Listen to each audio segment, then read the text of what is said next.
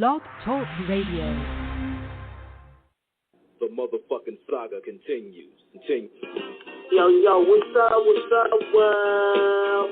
It's badass thuggin' like I usually do, and you better turn it up, bust some speakers out, cause we off the motherfucking cuff. You dig how we do it? Dog Pound Gangsters 2000 and beyond. Bless. What's up with it, John? Man, don't change that down. This your player partner, the legendary Cocaine. And you tuned in live to Off the Cuff Radio. Better not touch that down. Wiggly. Yeah, this is Cassidy, the hustler. And right now, you listening to the Guillotine. Show them the respect they deserve, man. Off the Cut Radio, man. Y'all already know how they doing it, man. I need y'all to stay tuned. They've been doing it for years, so show them the respect they deserve. And you heard it out of bars, man. Easy. Keep it moving like this. Yo, this your boy Rampage. You're not rocking with the best. With Off the Cuff Radio. Classic. History. Fix your face to all you haters. We off the cuff, baby. What's up, everybody? This your girl, Bonnie Dollars, the Queen of Trap, representing Crenshaw, and you are now tuned in with Off the Cuff Radio. What's up? What's up, y'all? This is Miss Irresistible, giving a shout out to the live show on Friday nights, Off the Cuff Radio, and I'm live from the 704.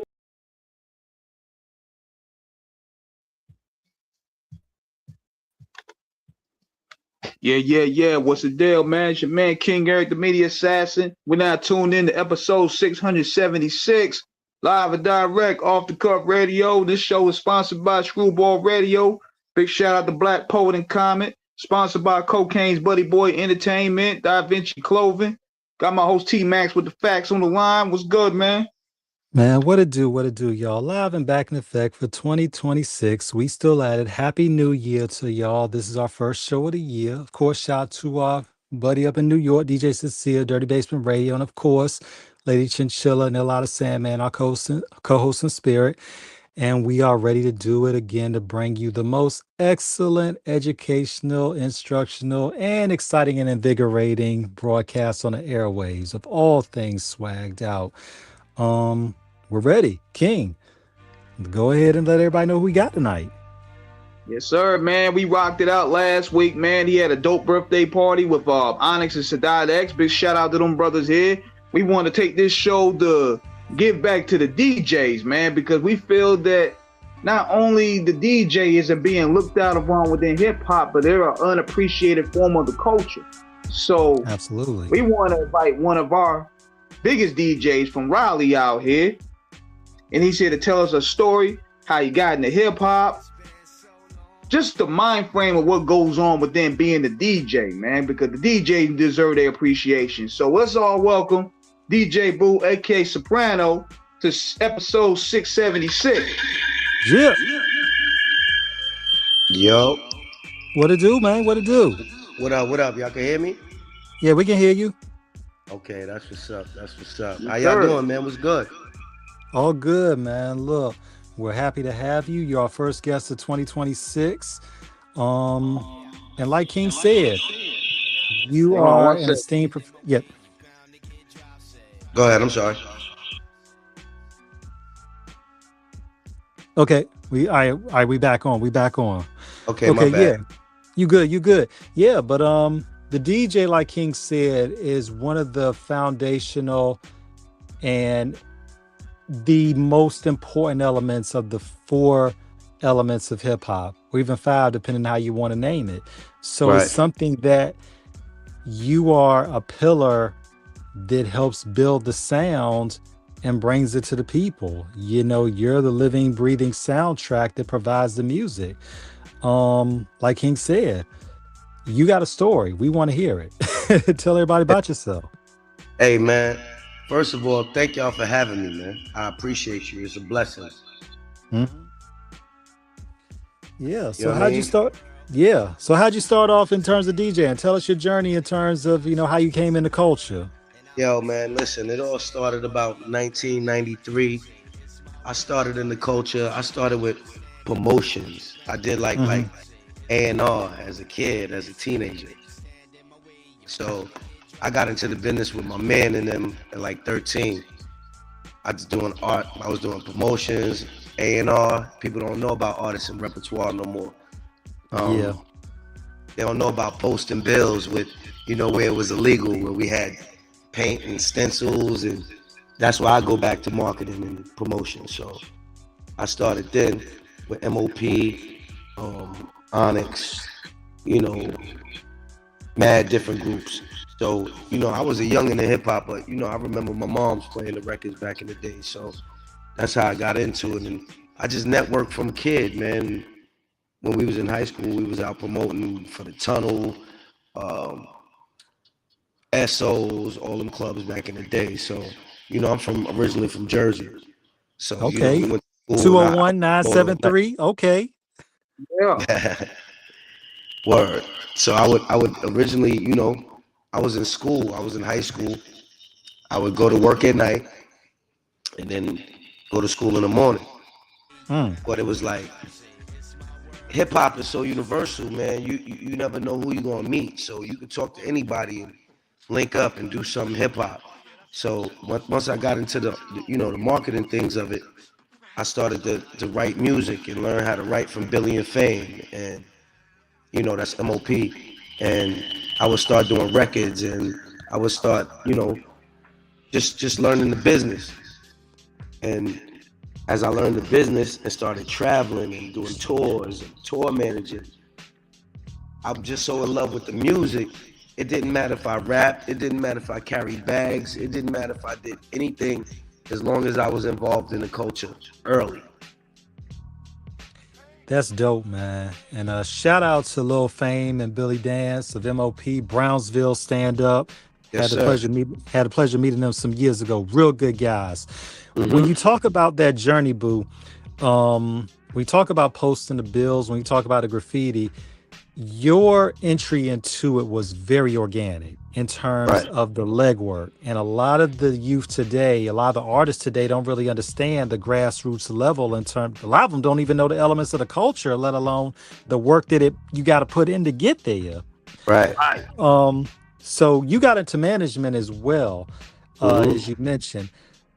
What, in terms of managing during that time, did you find in terms of what it meant for artists to get on from the A&R perspective, from a managing perspective, to actually presenting a demo to the label and hoping that they will like it and want to get behind it? You said, wait, repeat the question. And it's BU, DJ BU. Everybody BU, get it. BU got you. BU got you. Got you. DJ BU. So what did you find in terms of your experience as a manager in terms of what it meant as an artist to, go through the A&Rs, to go through the demos, to drop the label meetings, this, that, and the other, to ultimately getting a deal? Because nowadays, all you really have to do is just upload your song online and just put it out there to the masses. Oh, that's a great question. Listen, man, Yeah, it means please. a lot to me because I got to experience the side of music, business, and the culture, which is Hmm. obsolete. It's no more today. There is Right. no more A&R department. There is no more rollout. So I've learned other aspects of the business as far Hmm. as rollouts, as far as meet and greets, as far as just artists direct in general. It's no Hmm. more of that. It's no more developing your skills, your talent. Finding your sound, finding what you do. So that's how I become a DJ ultimately, because I found the sound of DJing, even though, after my record deal that I had back in the day, it didn't go through. I changed and I pivoted and went to something else. So that's how I got to see the aspects from the management side. Because I said, oh, you could do merchandise, you can do tour managing, you can do bookings, you can do everything. So you just got to find your niche in the business. Right. And you know, And that's what that's I what, miss, man. And that's what I really miss is, you know, as a consumer, as a fan of this for a very long time, I miss the rollout because the rollout was like a motion picture shit. You know what Correct. I'm saying? Like, yeah. you was thinking it was going to be a monumental event occurring. Like, Right. I can even go back to when DMX was dropping his first album. Right. The rollout for that was crazy. You remember all of them, the Lots, DMX, Yeah. Bad Boy, Rough Riders, Rockefeller. You remember the whole rollout. It was a movie, like you said. It was an experience. It just wasn't microwave. Today is microwave. Everybody drop. You can't adapt. You can't soak in what just happened. Yeah, and I mean, look, even the magazines would get into it even part time. I remember when 50 Cent, when he was on his rush back in 2003, and even Double XL, they ran a commercial for that issue. Him, Dre, and them on the front. Right. And when we look at it, BU and King, when we think about social media, going back to Black Planet in '99, social media has pretty much been around for a little over 25 years Right. already. So, but it wasn't obviously then what it is today. So when we look at how it was, like King and you said, in terms of the rollout, you really had to have some buzz out there to where people were really, really going to get behind the product. Correct. And it was not only from, the label, it was about, doing it through the magazines, videos, all that. It would take, not to cut you off, it would take. No, go ahead, please. It would take 3 to 6 months just for the proper rollout of a single back in the day, not 3 to 6 minutes to press a button. Right. What did you find from the managing side when you would sit down with the labels after you all have pretty much finalized, how a project is going to go, and how you all decided what was going to be the first song and then everything else to the company, the promo run with it? It all came down to whoever was pushing the button in the camp, probably Lays, or if it was Fredro or Stick or Jam Master Jay, rest in peace. You know what I'm saying? It depended on what they would want to put the money behind, because people didn't know payola is a real thing. Yeah, it is. Even though it's illegal, it's still a real thing. So it was what was going to be where the money was put behind and where we was running with that record. And then if it was accepted, then it wasn't analytics last time. You had to actually go on the road to see where you were strong at, which markets you were strong in. Right. Yeah. Today is analytics. We can see I'm stronger here, even Australia, Korea, India, or Charlotte, Teaneck, New York, Buffalo, Montana. So now analytics speeds up the process. Everything speeds up the process. The internet, just the times just speeds it up. That's why the artists don't last today like they used to, because they not developed. Right. And plus, to build on that, those guys also had to hit the turf, and that was, and being in Jersey and New York, they had to battle. They had to go hours and hours and line up and battle with everybody. Right, and you couldn't sound like nobody back then. You couldn't be nobody back then. Like if it was Drake, it was Jay-Z. If it was Jay-Z, it was something else. If it was something else, it wasn't, oh, he sound like Sexy Red, or he sound like this. Nah, that wasn't accepted. Biting is not allowed. Nah. And what you said, when you think about what it is in terms of the artist development, that is a very important thing, BU, because we understand the independent hustle. We all do this. So we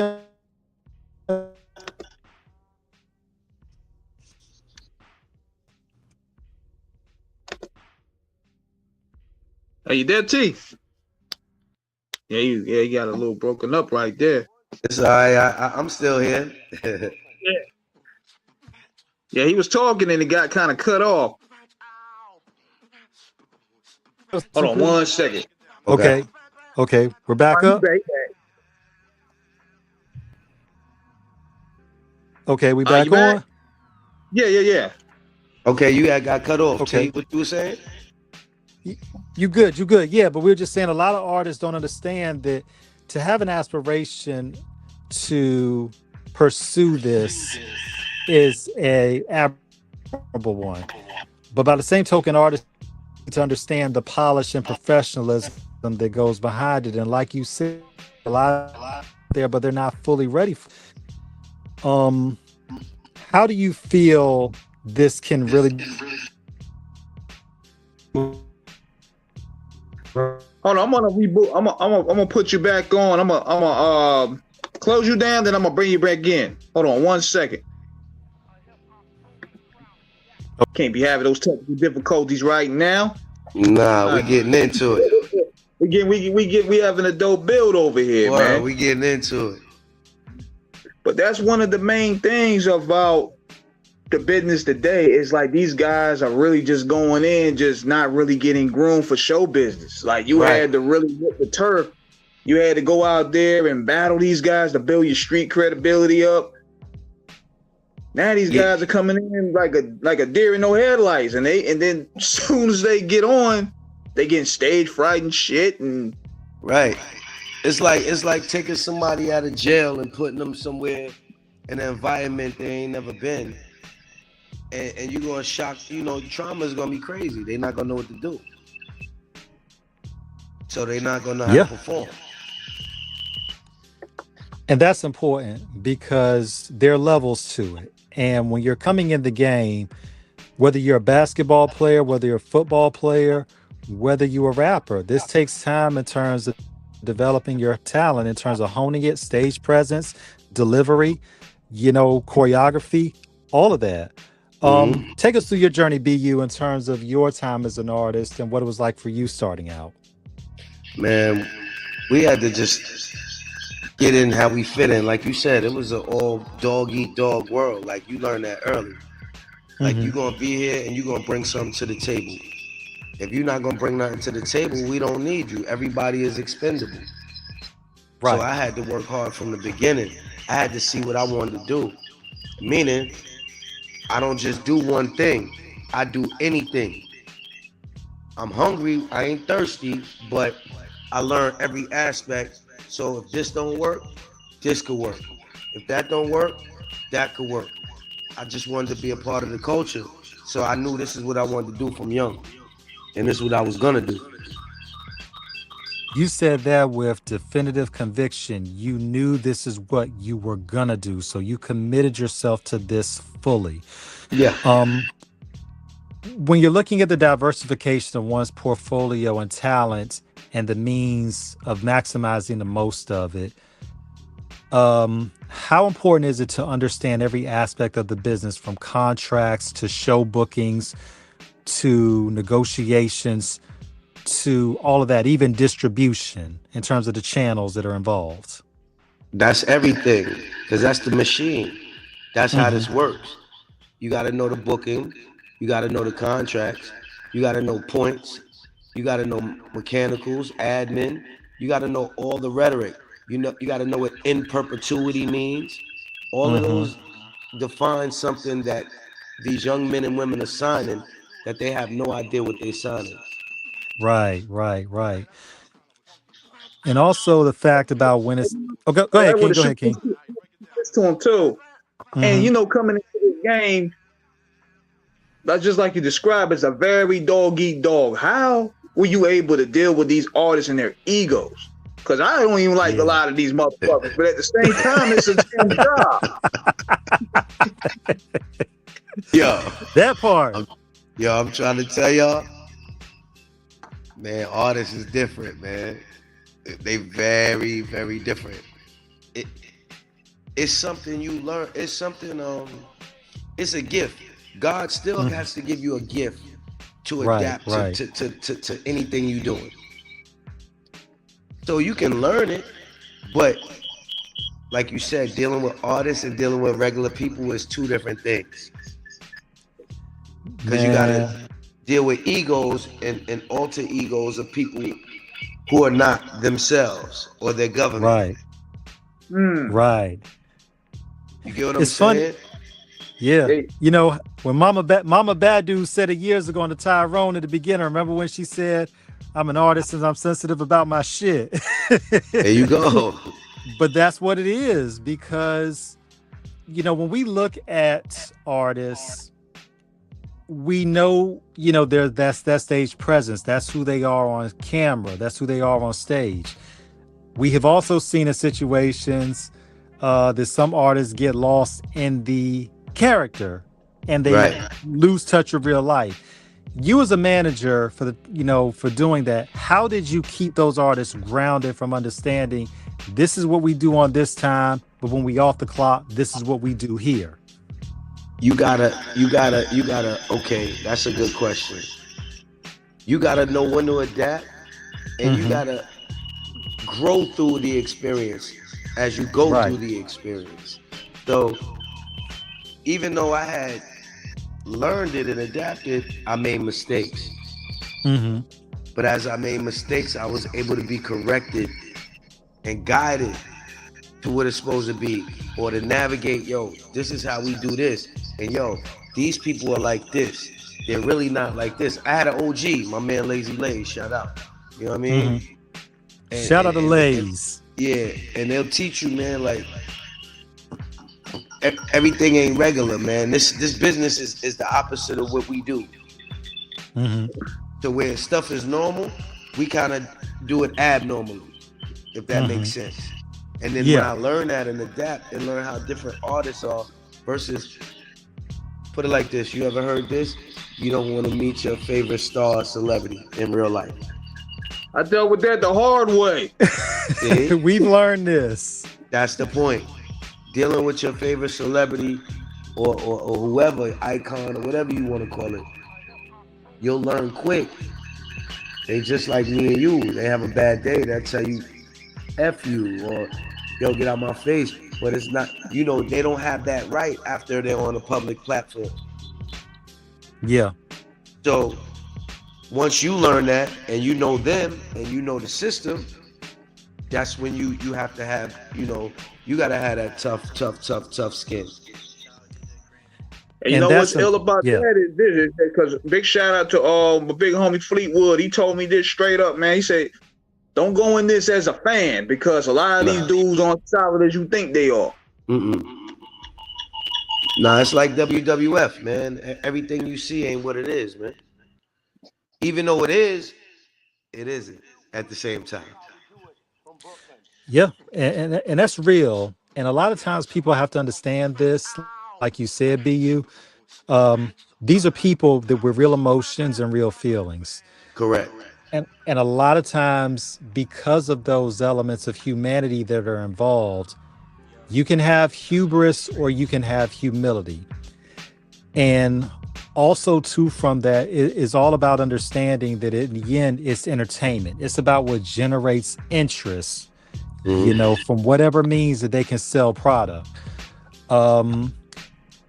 You mentioned Lays. Shout out to Lays Elliott, great dude. Tell us about how you connected with MOP and Lays, and rest in peace to Fox. Solid girl. Rest in peace. That's my sister, Fox Boogie Bay. Yeah, word out. Yes. That's my sister. And rest in peace to my man Flipper the Ripper. He just passed not too long ago, man. Oh, man. He was on Mad Joints with MOP. That's the family, man. That's my OG too. Man, Brownsville stand up. First family. Word. But so that, like I met my man. I went to Catholic high school back in Jersey back in the day, and I met my man Tariq. And me and Tariq like this to this day. And his parents, you know, they was in the industry. So when I was going over to his crib and I'm looking, he got marble this, he got drivers, it looked like different strokes. For y'all don't know what that is, go Google that. It looked like different strokes. We know the song. Right. Yo, so coming from the hood and then seeing this life in this world, I was like, yo, I want this. I want to do this because they on the water, they looking at the whole city skyline. Crib is flavor. I'm back in, you know, living with grandma, uncle, moms. It's all good, but I want that. So when I met my man T in high school, his parents was in the business. Island Def Jam, Relativity Records, Sony, Columbia. I've been through all the channels. Once I met that, me and my man, we was doing marketing and we was doing promotion for MOP. Okay. So as I did promotion and marketing for MOP, I networked and met people naturally through the business. And my man Lays groomed me meeting people. I used to be the driver. I was the driver for everybody.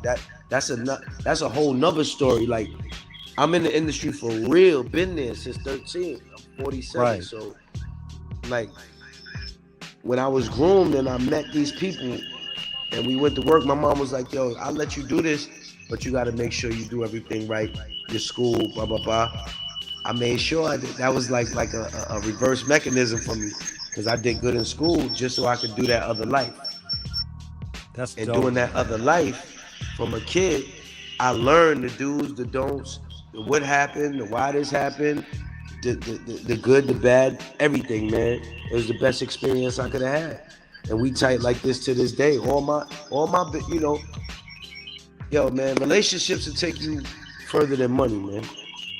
Man, listen, that part right there, because the thing is, your integrity is priceless. Where money is bought, where money purchases things with a price. Right. And people have to understand this. Shout out to your moms, man, for being so supportive of you. What did that mean Love to my you? moms. Yes, man. Shout out to my parents listening. Love you both. Shout out to Thank your you parents. for supporting. Yes, thank you for supporting what we do. How important, If it you know, wasn't when for them, we wouldn't be in a position to even know that. Like when they used to clean the crib, we was listening to all the records that got sampled. When they was cleaning the crib or made us, we was getting that whole vibe and learning the culture. So we got the disco, we got the African drums, we got everything. Yeah. And if that's in you, it's in you. It ain't like, yo, I just want to do this for the money. Yo, sometimes money never comes. That's true. That is true. Yeah, even Ice Cube said that, man. He said, if you ain't prepared to work for the next 6-7 years with no money, you might well hang it up. Yeah, don't do this. Don't do this. You know, and then you think it's all about money. Nah, it's about you being able to pick up the phone, call somebody directly and say, yo, can we do this? And you do that and you build and you work. You know what I'm saying? The steps. You got to break through the floor, through the ceiling to get to the next level, like a stock. Support, that's resistance. I can get into that with y'all too. Yeah, let's talk about it. When you look at it from our side, you know, being an independent outlet and how we have to reach out to people, we know what it is in terms of having to get on the legwork. Fleetwood, Kenya Ware, so many people, you know, King Assassin. We could go on and on in terms of people who supported us and who we met along the journey. Littles, shout out to him. What does it mean to have people in your corner that are direct supporters and not deliberate sabotagers of what you're trying to accomplish? That's a great question. Direct supporters versus deliberate sabotagers is you got people that really want to see you win, and then you got people that show up to see you lose. Oh, man. Ooh, say that again. You got people that genuinely want to see you win, and then you got other people that show up to see you lose. It's like Mike Tyson and Floyd Mayweather, more like Floyd. He undefeated. You see him winning. He winning. People don't go to Floyd Mayweather shows to see him win. They want to see him lose. Right. As well as the people that want to see him win, you got a lot of people there that's paying to see you lose. So that's where your support come in as genuine or just paid support. Yeah. And that's a real thing, man, because Very. one thing we've learned in this game, BU, is that we've been blessed to do this a long time. And we've Right. had naysayers say that we weren't going to be nothing, we're just a small outlet. But one thing about it is we had people who believed in us. King's mother believed in him. My parents believed in me. Your mother believed in you. And especially in this endeavor of entertainment where so many get shut down, parents will say, well, you need to find something that's more practical or do this, that, and the other. How big is that to have people really stand behind you? And most importantly, how gratifying is it for them to see you succeed and flourish? It's the only thing, because when they behind you, they truly believe in the product or they truly believe in you. So you're selling you. You're not selling the product. You're the product. And when they don't believe, they're not going to stand behind it. Right. So you only going to get full support if you're genuinely you, hence the name DJ BU. Not Star Child, not Excitement. No, DJ BU, that means be yourself. That's gospel right there, man. There's no greater commitment of character you can have is to be honest with yourself and know oneself. That's it. And one thing I learned about this within my first 2 years of really trying to get in the interview space, this is a whole coattail riding business, man. It's like they pop the bandwagon as soon as they see you with somebody hot. Right. Soon as you ain't hot no more, we ain't on that wave no more. It's over. Yeah. Like we had people that would be like, whoa, you don't have the followers. You don't have this, that, and the third. But then they see somebody like Tretch following us. They see Ice-T following us. Oh, you think you could get us an interview? Man, come on. Right. Well, I go through that. I'm glad you said that, man. I can't wait because it'll be a lot of people that see this interview everywhere. This is for the people, man, that you got to celebrate other people's wins. That's why y'all not winning. Say it again. You got to celebrate other people's wins. That's why y'all not winning. So when you see me bringing through Ice-T, Tretch, all the celebrities from back in the day, don't think this is luck. This is hard work. This is dedication. This is This is nights of not sleeping. This is scraping up change to go make sure you can go get a little dollar menu. Y'all don't understand this, so until you get that, you can't get to the millions because you ain't appreciate the struggle.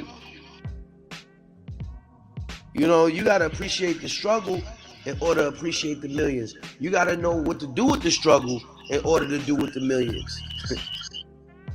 That's facts. So people want money, but you don't even know how money works. That part.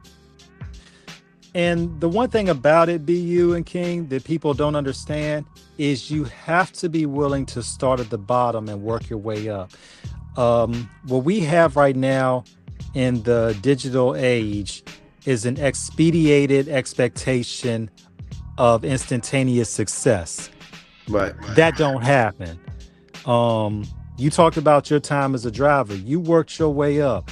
Even with all the trouble Puffy been in, I tell anybody, if we separate the troubles from Puffy the worker, I tell people, if you look at how Puff started and where he ended up, Puff was willing to do the work.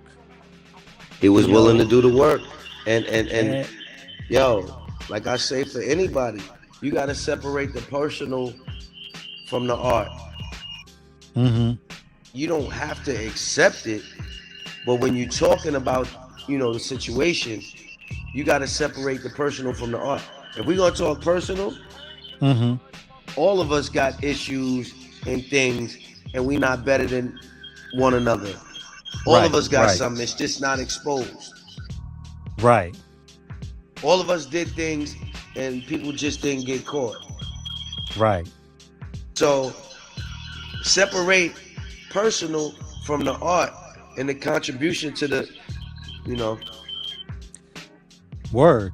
And when you think, and also from that BU to kind of construct upon that, when you get to a certain place in the industry, we've seen individuals kind of get to a place where they feel mighty high and try to get big for their britches from what they perceive as a level of where they've ascended to. How Be important is humble. it to? Yeah, Be humble. Anything can happen. yeah. Thank you for answering Period. that. And that's Yes, whatever. You go to work tomorrow, be humble. Anything can happen. You, that's you you true. get ready to lay down tonight, be humble. Anything can happen. That's true. And people have to understand this. It changes at any time. And when we look at how the game, whether you were a major artist at one point and maybe you're not that anymore, or if you're an artist on the come up, I tell anybody, always understand, and we've seen this thing change as fast as change as fast as the weather can, as time can go. Change as fast as a candlestick on a 5-minute chart. That it is. That it is. So in terms of you in the present day, what have you found in the industry today in terms of who you worked with and how you've adapted and understood metrics, analytics, and everything that goes into, you know, promoting an artist and to most importantly, keeping them in the public exposure? I've learned everything changes, and you gotta know how to deal with the next generation or the next people up in order to keep going for yourself. Because we could say, yo, I don't want to hear that. I don't like that. That's mumble rap. That's this. But once you extend your hand to the culture and you integrate, you can stay locked in and keep going with the next culture instead of being a bitter old man, not knowing how business then works versus business now. Yes, it's all business, but the parameters and the rules in the business have changed. That's why they got 360 deals versus other deals. So you got to know the new language versus the old language. You got to know the language with the internet versus without. I heard CDs is coming back. See, you got to learn the streaming versus the other world. Right. To not know both or all worlds, you'll be lost. So the facet is you need to learn every aspect of every world, all generations, old, new, and the ones to come. And see, that's what inspired us to do this show. And that's what inspired us to do this show, because we always looking for the next ones. Like, no disrespects to the OGs that paved the way, but we was always looking for the next guy that could take that mantle and go to the next level and you know, kick those doors down. Yeah, and not to cut you off, the new generation got to learn from the old generation. Let me explain something to y'all. You know why y'all new generation ain't doing stadiums? You know why y'all can't tour? I could go on tour right now with MOP, Onyx, Lords of the Underground, Nice and Smooth. I could do the whole golden era and tour with them forever, excuse me. The new generation can't do that, because once they drop a song, ain't nobody going to no stadium to see that one song that was a minute, 12 seconds. And don't get us started about the performance. There is no performance because you haven't been developed. Like, even when we went out there to see last Saturday and we seen Fredro and Stick, they performed like it's the 90s. Right.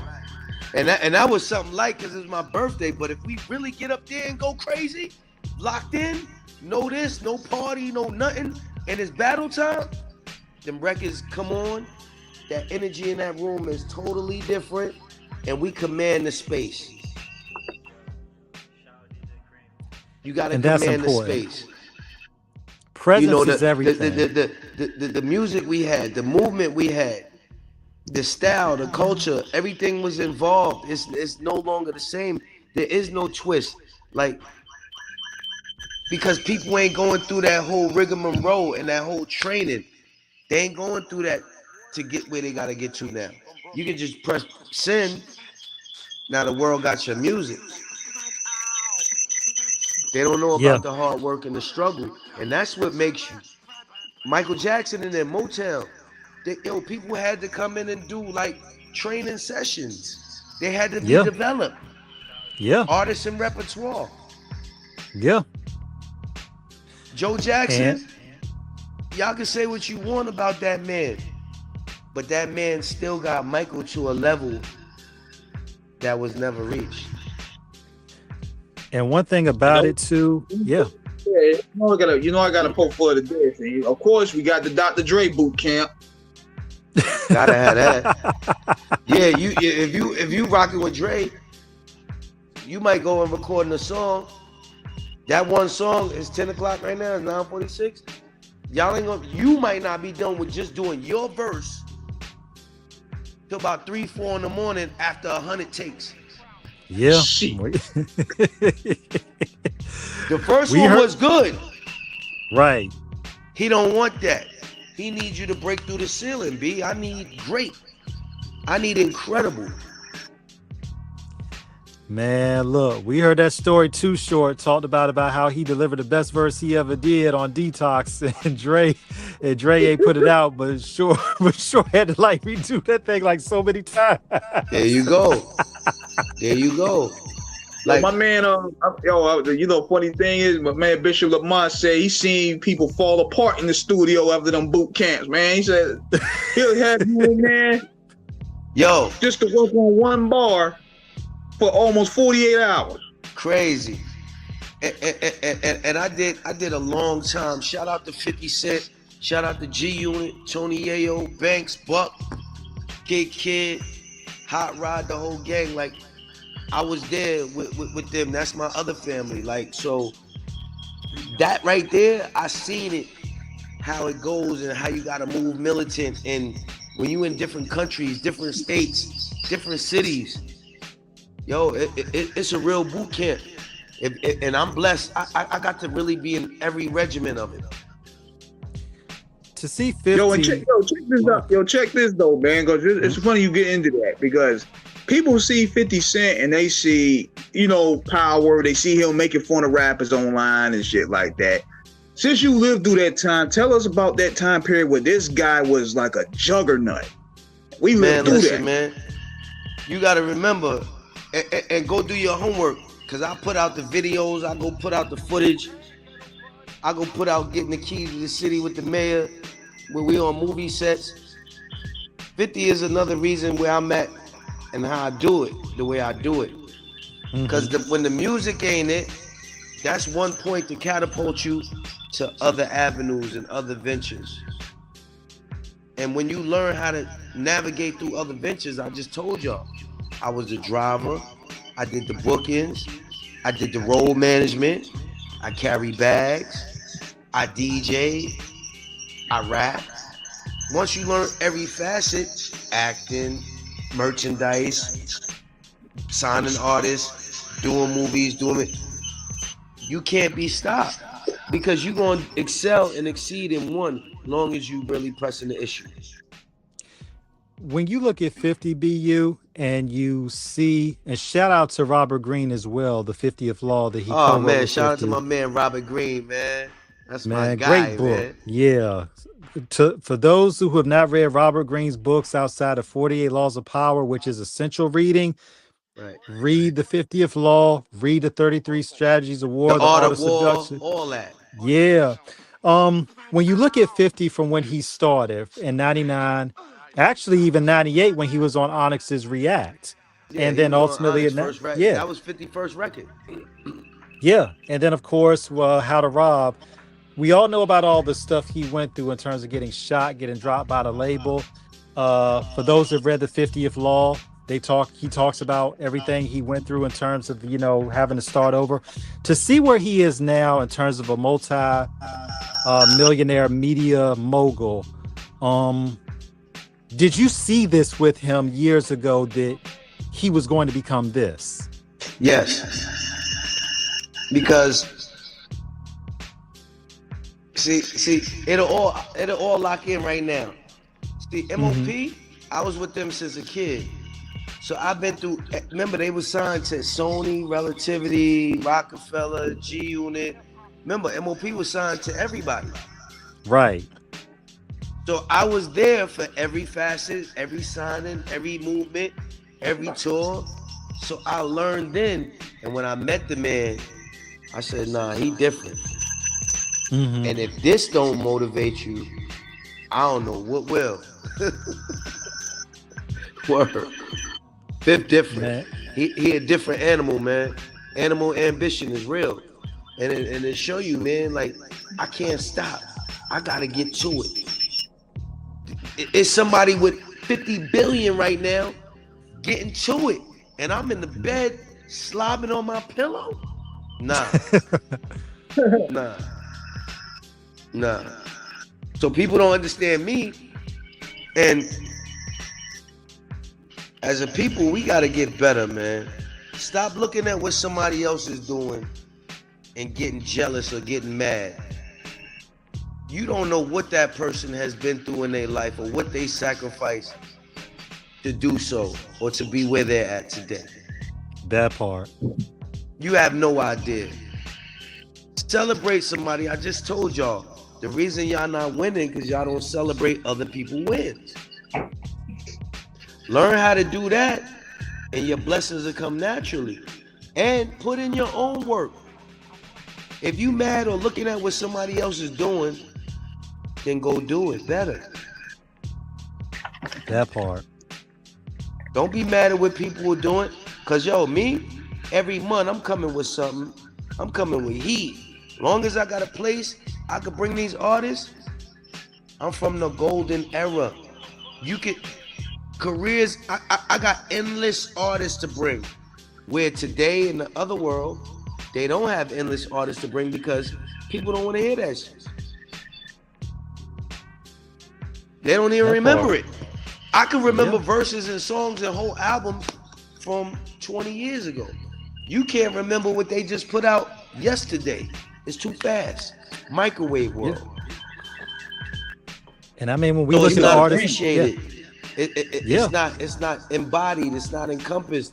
It's not, accepted as an experience or a movement.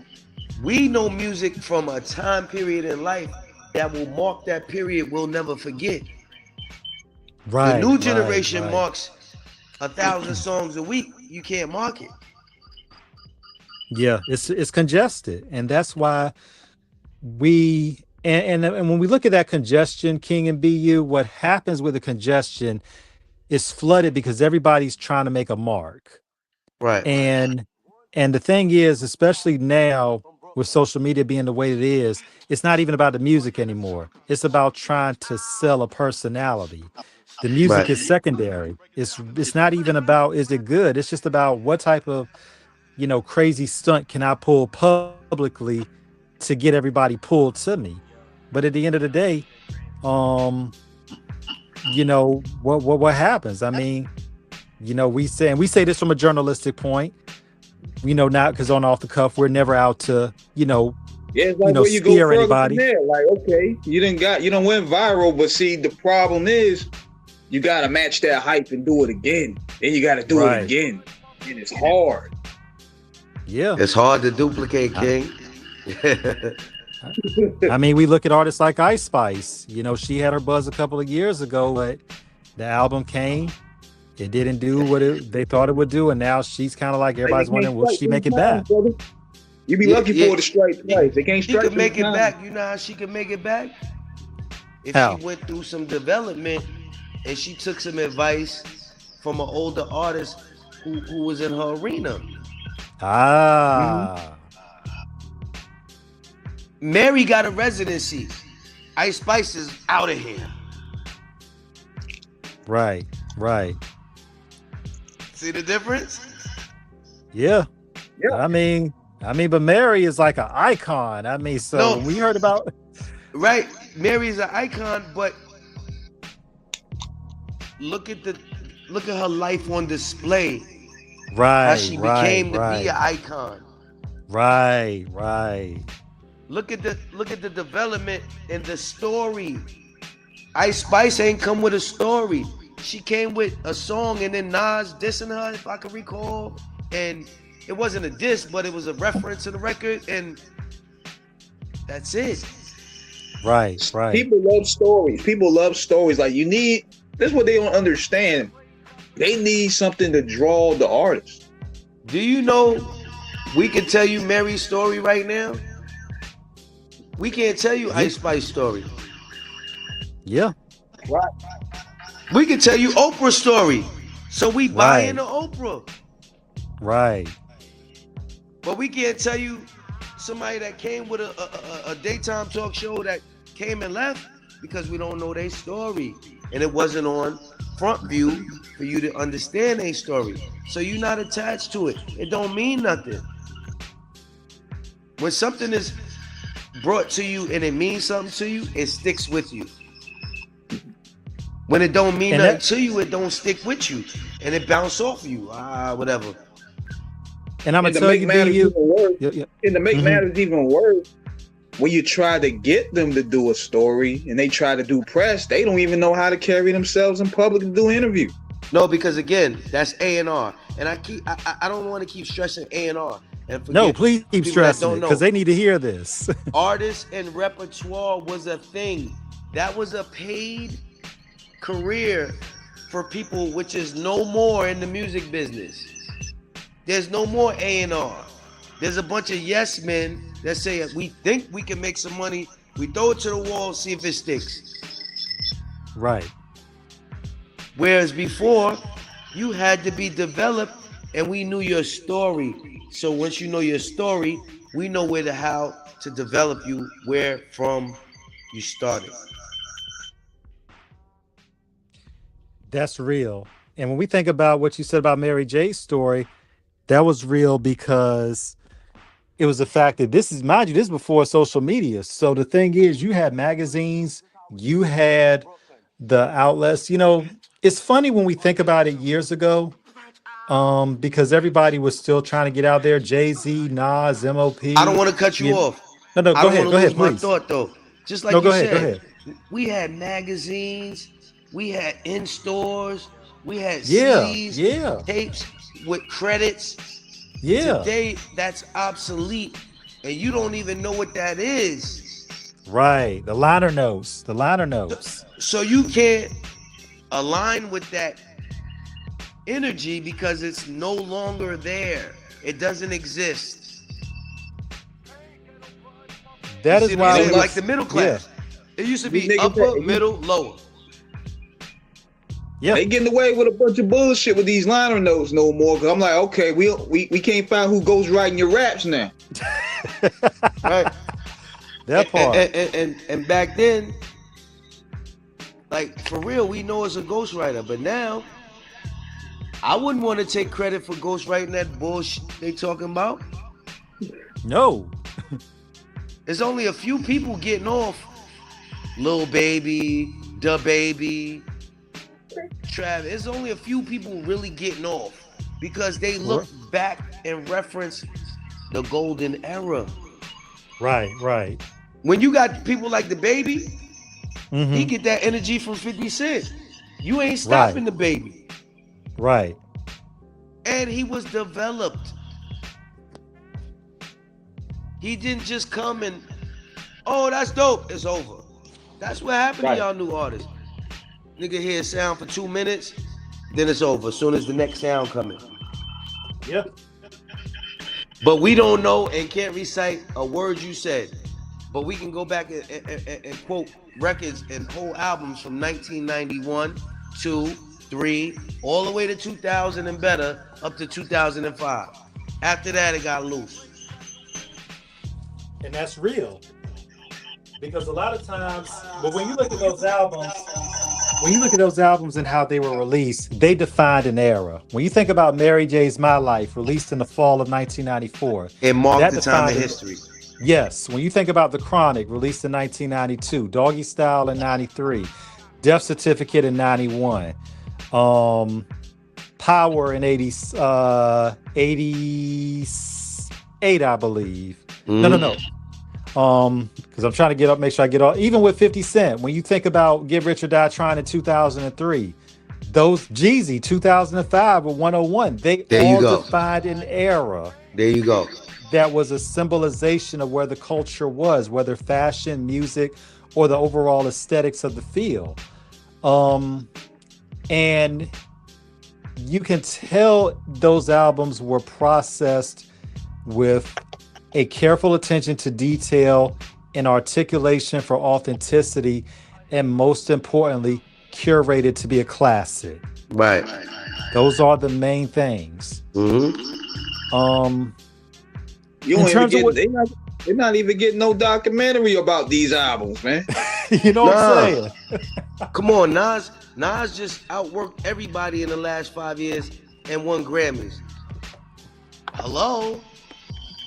That dude dropped 6 albums in 3 years. Shout out to him and Hit Boy. I mean, that was unbelievable. Hello? And a classic with Primo. Say what you want. Go back and listen to it, and then come back and have an opinion. And I didn't really sit back and listen to that album at first, because this is what you know about when you're dealing with people on the internet versus people from a different era. And it ain't just, you know, hopping on because it's Nas and Primo. It's like I sat back and listened to some of the stuff Nas was saying, like especially the song where he's rapping in 3 different personas, Esco, Nasir, and regular Nas. And then he's rapping, but he giving up to the graffiti writers and stuff. Like, they're not really all the way down to album. DJ K Slay. Rest in peace. Shout out to K Slay. He used to be a graffiti artist. Dez. He went by the name Dez. Come on, man. So he was in what I don't know what movie. What movie? Wild he was in Style. It was Wild Style. He was in Wild Style. Yo, a lot of people ain't even gonna understand what we talk about right now. Yeah. And see, another thing too, they know K Slay and Papoose, but they don't know nothing before what we talking about. Beat Street, Breaking, Wild Style. They don't know nothing about that. Not at all. Man, look, this is where I gotta put on the personal hat and take shout out off to Guru, rest in peace, Guru, Gangstar. Yeah. Yo, that's my family too, man. I come from that whole Freddie Fox. Remember, man, I come from the MOP Industry camp, man, Shakedown, man. Industry Shakedown. Yeah. Man. Bumpy Knuckles. That's all my family. Like when I come with, people don't understand because I got a lot of family. I don't do money. I do relationships. That's important. That's very important. So when they come to my town, wherever town, if my mother there, we going to mom's house, she cooking. We going to the local shit. We going to see what the record stores with the vinyl. We going to do culturistic things.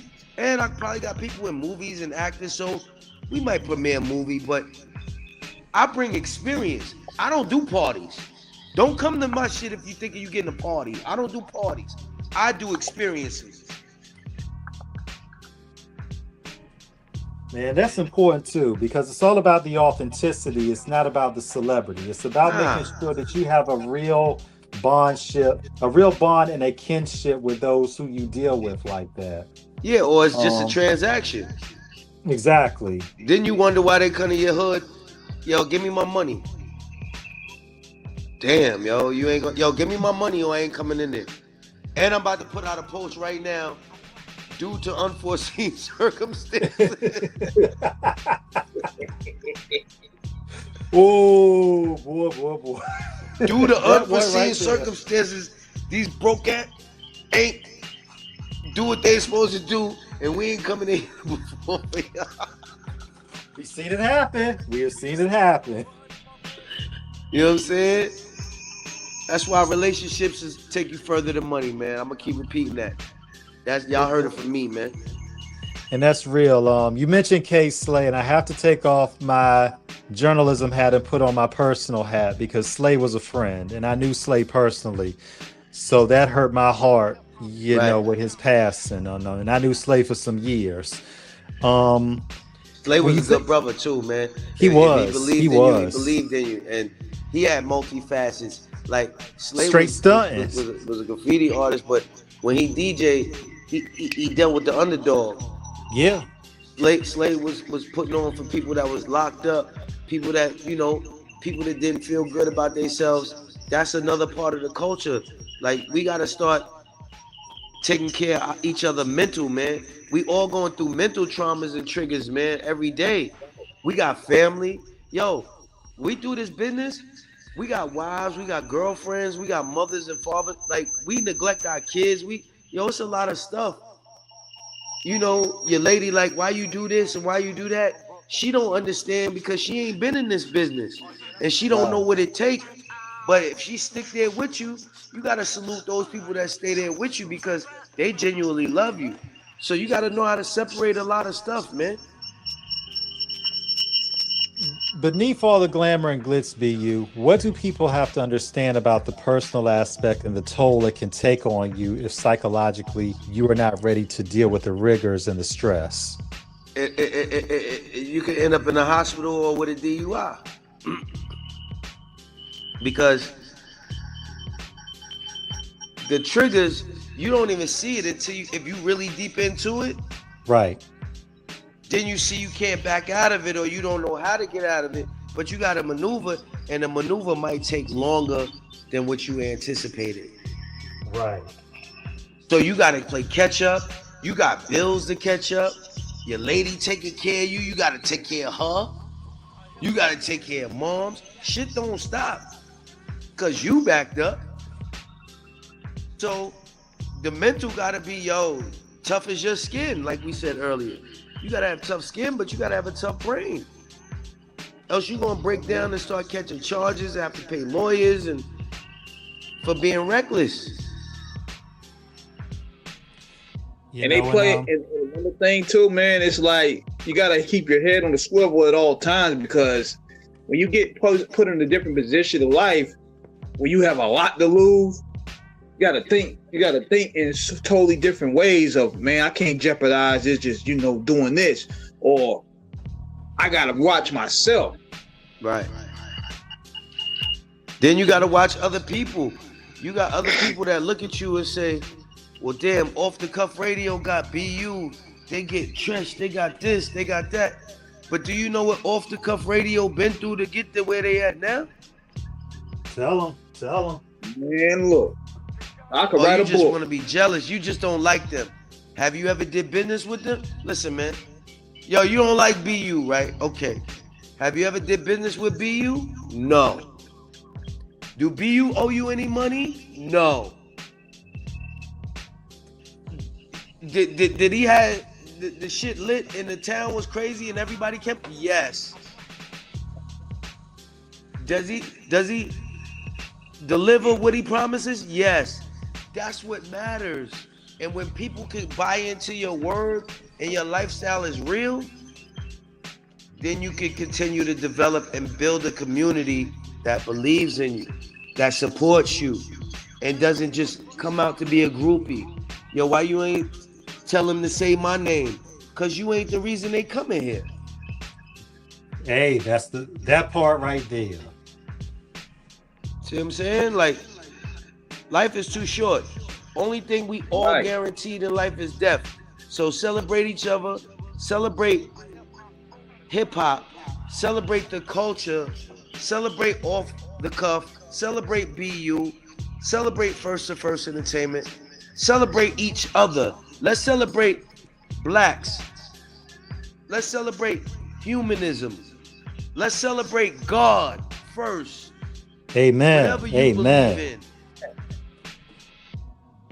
Then let's start celebrating your wins, because you'll realize once you start aligning what's right, you get the karma of what's right. Oh, wow. That's deep right there, man. That is deep. I'm not afraid to talk about God. I'm not afraid to talk about what I've been through. I'm not afraid to talk about I'm not perfect. I'm not afraid to talk about my Crohn's disease, my 23 plus surgeries. Like, we got to come back and do another stream, because I got so many stories. I got my nonprofit, Crohn's No More.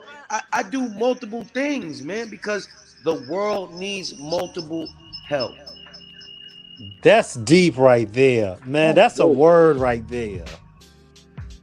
That is a word. Real. We need ministry from all aspects. Everything. Yes. You know how to rap good? Learn how to Be a good phlebotomist. Learn how to be a good HVAC. Go get your electric plumbing license. Yo, we need more people that know how to trade, people that know how to invest, people that tell you how money works. All facets. Let's talk about that for a second, BU, because there's always this, we've gotten to this weird place, especially in the Black community, where we don't celebrate the common working man for doing the jobs that are necessary. Plumbers, electricians, mechanics, Meanwhile, those are the people sitting back, right? Getting 100, 200,000 a year. They ain't got to rap. They ain't got to DJ. You struggling, being an artist, they lit. They leave it. Yo, tomorrow I'm going to leave it. I'm going to go do the job when I want to. And I'll make about $3,000. Yeah. So we don't celebrate that because it ain't cool. Shit, it's cool to me. Man, look, legit money beats illegal money all day. I know a lot of artists that do technician jobs or painter jobs. Oh, wow. Or carpenter jobs or plumbing jobs. That's I know a dope. lot of artists that do other things. I know artists, Ill and Out Scratch. I know a lot of people, shout out to them. I know people that got into the real estate like me, because you gotta do other things, man. The music catapults you to the next level. Use it wisely. It should be a stepping stone. Correct. Just like anything else in life. Once you level up, it should be a stepping stone. And that's something that a lot of artists have to understand. Back in the day, and even then it was tricky because you really had to make sure that your contracts were structured right. And when you were doing shows, your show money was your money. But even now with the 360s, they want that too. They want everything. Yeah. Your merch, your show, your blood, your life. And that's something. What 360 is. 360 is they want everything full circle. Meanwhile, independent versus, that's a good thing. Independent versus major. They both good. But is it good for you? That's what you got to decide. How hard do you hustle? If you hustle hard and you got a little bit of means, you'll get a lot more. If you sold 1 million records independent, and if you sold 10 million records and went diamond majorly, you're gonna be $100 million person individual, independent versus the major. Because the major does it for you. You do it for yourself. Right. But you gotta not be afraid to take a chance on yourself. That's why you gotta bet on you.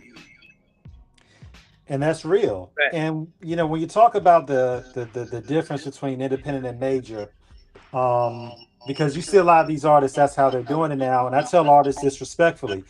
If you can endeavor on an independent scale, that is great. And if you can grow it and make it flourish, that's great.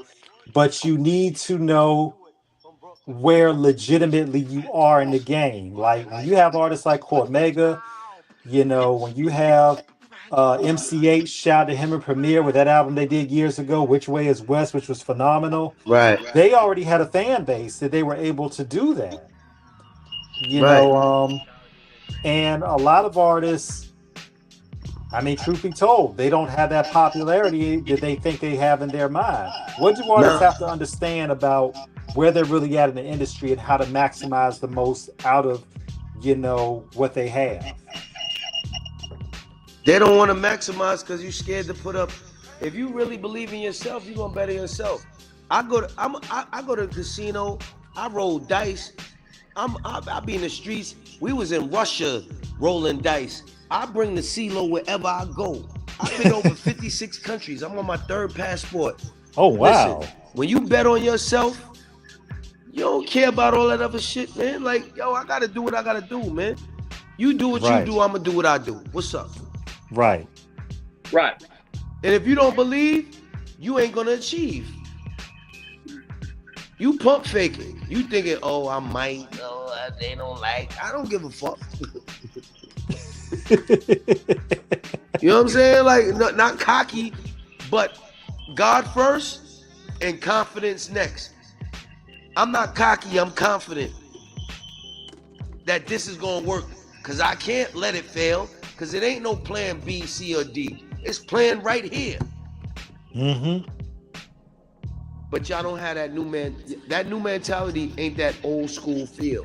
It ain't that old school rule in our mind. For some of us, not everyone. But that's real though. But that comes from a real, your testimony and the convictions of your commentary come from a real place of understanding all the facets of what it takes to flourish. Yeah. Because we all grew up in that era where we really had to work to do it. You know, we wanted Jordans. We had to get out and get a job to get it. You know, I'm glad you said that. This go why ahead, our kids, build on that, my son, please, 24 years old. Yes, sir. These new kids got Jordans, they got this, they got that. Me, you, King, all of us, our era, it wasn't no get what you want. And if you don't got it, cry, nigga. You had to settle too. You had to like, look, okay, if you couldn't afford them, you better rock them LA gears. Yeah, you better rock LA whatever. Cause guess what? If you want to cry in my era, in y'all era, first of all, we get messed up in public. I don't want to use no profanity, but and our parents say, yo, you want to cry? I'll give you something to cry about. It wasn't this new thing, man. So we had to develop tough skin from our era, from our parents first. That's why we was able to get through the foul basketball, rap, and all other contracts and learn the business to tell y'all new people, don't do that. Or they just hating. Nah, we been through it. And y'all gonna go through it. Come on, Lil Baby. I watched that story. Come on, man, his loyalty. He had old school loyalty to Q and QC and all of them, where he lost $150 million versus them selling their company for $300 million. Dang. Man. Because he was loyal to P from QC. Right. But that's our era. We be loyal and all of that. But then our people be like, yo, you know what? They offered me $300 million. I'm gonna take it. Yo, that go to show you gotta know which battles to pick, man. That's true. That's some real talk right there, man. But 100 mil like that? 150. Shit. They offered, your man Scooter Braun offered Lil Baby 150 mil for his publishing, a publishing deal. He was like, nah, QC, P, QC, that's my people's. P from QC turned around and sold it to Scooter Braun, the whole QC for $300 million. But 150 million was due to Lil Baby's publishing. That's what they wanted. That's how you got the 300 from the 150. That's crazy. I'd be sick for a whole year. You be sick for 10 lifetimes. That's so real talk. When you think about the aspect of it, and that's a great anecdotal, BU. When you look at the industry and where loyalty is, how do you navigate appropriately when a major windfall financially in a good way comes, and what's the best move? Because some people are going to, like they say, everybody's going to be a critic about it. Is there any way to say what's a snake move and what's a smart move, or is there a gray area in between? No, there's no way to say what's a snake move and another move, because you don't know when it's going to happen, because everybody got the finesse. Right. Shout out to Finesse 2 times. I just like the name. Shout out to you. I like that name, but you're going to get Finesse 2, 3, 4, 200 times. Right. Listen, I do a lot of stuff with investing. That's my thing. That's my niche. Mm-hmm. And we got a thing called trade with the chart, not with your heart. I like that. I'm going to repeat it. I'm going to slow it down because a lot of people don't read today, so I know you ain't listening. Trade with the chart, not with your heart. We don't do this off emotions. We do this off analytics, business, and what it is. We go with the trend. Like, if it's an apple, if it's a pear, it ain't an orange, my G. Right. Yeah, they all fruit. But it ain't what it is. Like, they ain't even no math no more. They ain't even no trade schools no more. We could get it. We be on here for 8 hours, man. I got too much, man. Grandma is 25 today, man. Grandma ain't 85 no more. That's a culture shock. It is. That's part of the problem. There's no going to grandma's house with the family, the dinners, the arguments, cause grandma 30 years old. She in the club, nigga. She ain't fucking with cooking. She don't know how to cook.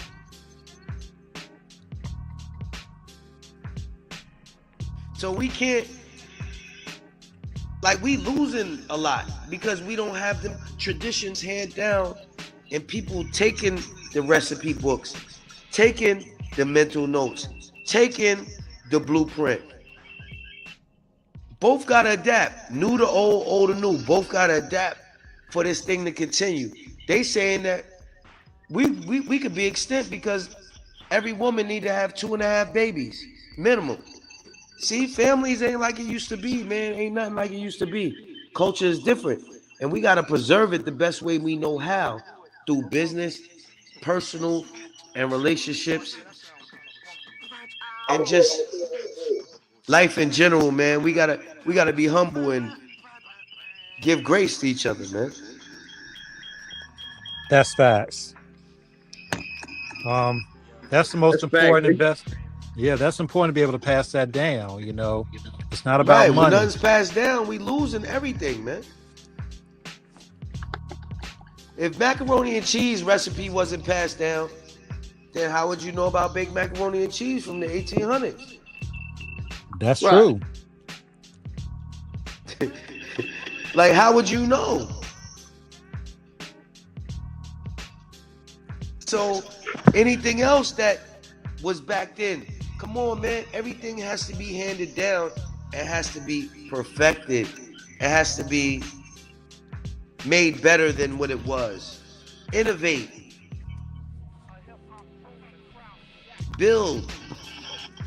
Let's talk about generational wealth after we get our individual self together and our individual mental health together. Like, yo, ain't nobody better than nobody, man. It's okay to ask questions, man. I don't know this, King. What's this mean? I don't know this, fam. What's this mean? It's okay to ask questions, man. Stop being embarrassed, man. You don't know everything, man. And that's the thing. Pride becomes before the fall, and ego will erase your existence if you're not careful. There you go. Pride always come before the fall. See, I got to repeat it because they don't understand. See, they be like, damn, why you so... I'm just passionate. But you ain't hearing from him like you heard it from me, but we said the same thing. And that's the reality of it. And people have to understand the biggest impediment to advancement is the ignorance that you try to disguise as intelligence that you have the lack of to begin with. Correct. Like, yo, I don't know how to do this, yo. What's this mean? Y'all don't know how to stream right. What's this mean? Y'all don't know what algorithms mean. Is there, and then we got to start going and looking for other means to other things. What library has this? Where can I get some free support for this? We got to do the work ourselves too. Yeah. Facts. Yeah, that's a real good game, man. And we probably got to wrap it up, man, because I want to go in and clip this thing up. Thank you once again for chopping it up with us, man. It was dope. I appreciate y'all, man. We got to do a part 2. We got other facets. February 21st, Raleigh. February 21st, I got a real special guest, and y'all don't want to miss this. He's current, He's Mr. Versus. Yeah, this gonna be crazy. It's gonna sell out when I drop it. So, yo, man, I gotta come back, kick it with y'all. Y'all always got my support. Thank you for your support. I appreciate y'all, man. This was a great experience. And I want y'all to go far and beyond what you could have ever imagined, man. Word. We appreciate you. Be you. I'm T-Max-NBA on Instagram. I'm going to hit you in the DM. I got to make some space on the follow list to get you in there. Let me know if you got anything in Hampton Roads, Virginia coming, and we'll try to link from there. Shout out to my man, Bink Dog. Super producer Bink Dog out in VA, man, Norfolk. Yeah, man. Living legend. Living legend. Shout out to my man, my brother Pharrell Williams. Yes. Okay. Yes. Like, yo, I got family. I don't do business. I do relationships first. Then I do business.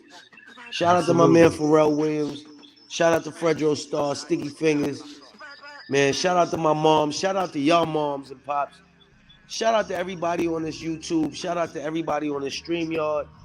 Off the Cuff Radio, man. Y'all great, man. Continue being great and doing what you do, man. No matter what nobody say, man. Everybody on here, keep God first, man. Without God, you don't have nothing, man. You keep God first. Amen. Amen. Be thankful and grateful for what you have, man, because you can have nothing. Amen. Appreciate you, man. Definitely appreciate everything, the love shown. It was a movie that we turned up on last week. We saw the highlights out there. Thank y'all for my birthday, yo. The movie was crazy last week. It was. And I tell you, man. I tell people, man, look, when I step out one for special occasions.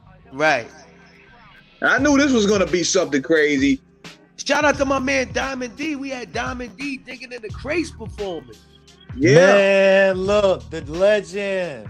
Man, Bronx, the dime piece, man. Shout out to my man Sadat X, man. Oh, man, new role, brand Nubian, man. My man Sadat. Oh, man, shout out to my man DJ Alamo. Yo, shout out to, man, rest in peace to Fox, Boogie Beige, rest in peace to Flipper the Ripper. Oh, man, I don't want to miss nobody. Rest in peace to my brother, man, Charlie Murphy, man. I miss you, man. I love you. Yeah, Eddie Murphy, brother. Charlie Murphy, that was my big bro, man. I got a lot of big bros, Charlie Murphy's man, True like, Hollywood Stories, man. Dave Chappelle. Yo, I miss my brother Charlie, man. Shout out to my peoples, Renee. Shout out to my mother. Shout out to my son. Yo, I want to shout out the world because, yo, I can't do this without y'all, man. And I'm coming back because we got a lot more to go. Crohn's No More organization, my 501c3 for Crohn's disease, man. We out here making a difference in the world. Everybody eats. Shout out to everybody, man. I love y'all, man. I appreciate y'all. I'm grateful. I'm thankful. And I'm appreciative of everybody, man, especially y'all, man. Love you more, man. Thank you so much. And we're definitely going to get that part two. Thank you again. You know, you're welcome back anytime. Yes, sir, man. Y'all salute, man. I appreciate it. Absolute. I see y'all in a minute. Yes, sir. King, take us out of here. Yes, sir, man. On that note, we up out of here. We're going to catch y'all probably this Wednesday, this Friday. We getting back into the mode, man. We getting back into the groove of things, man. Thank you. Thank you, Saprano, for pulling up on us, man. We up out of here. Man. Catch us same off the cup time, same off the cup channel. You heard? There we go. Salute. DJ BU, Saprano the Great. Holla at me, y'all. Yes, peace. All right. God bless. Thank y'all. Salute. And we out.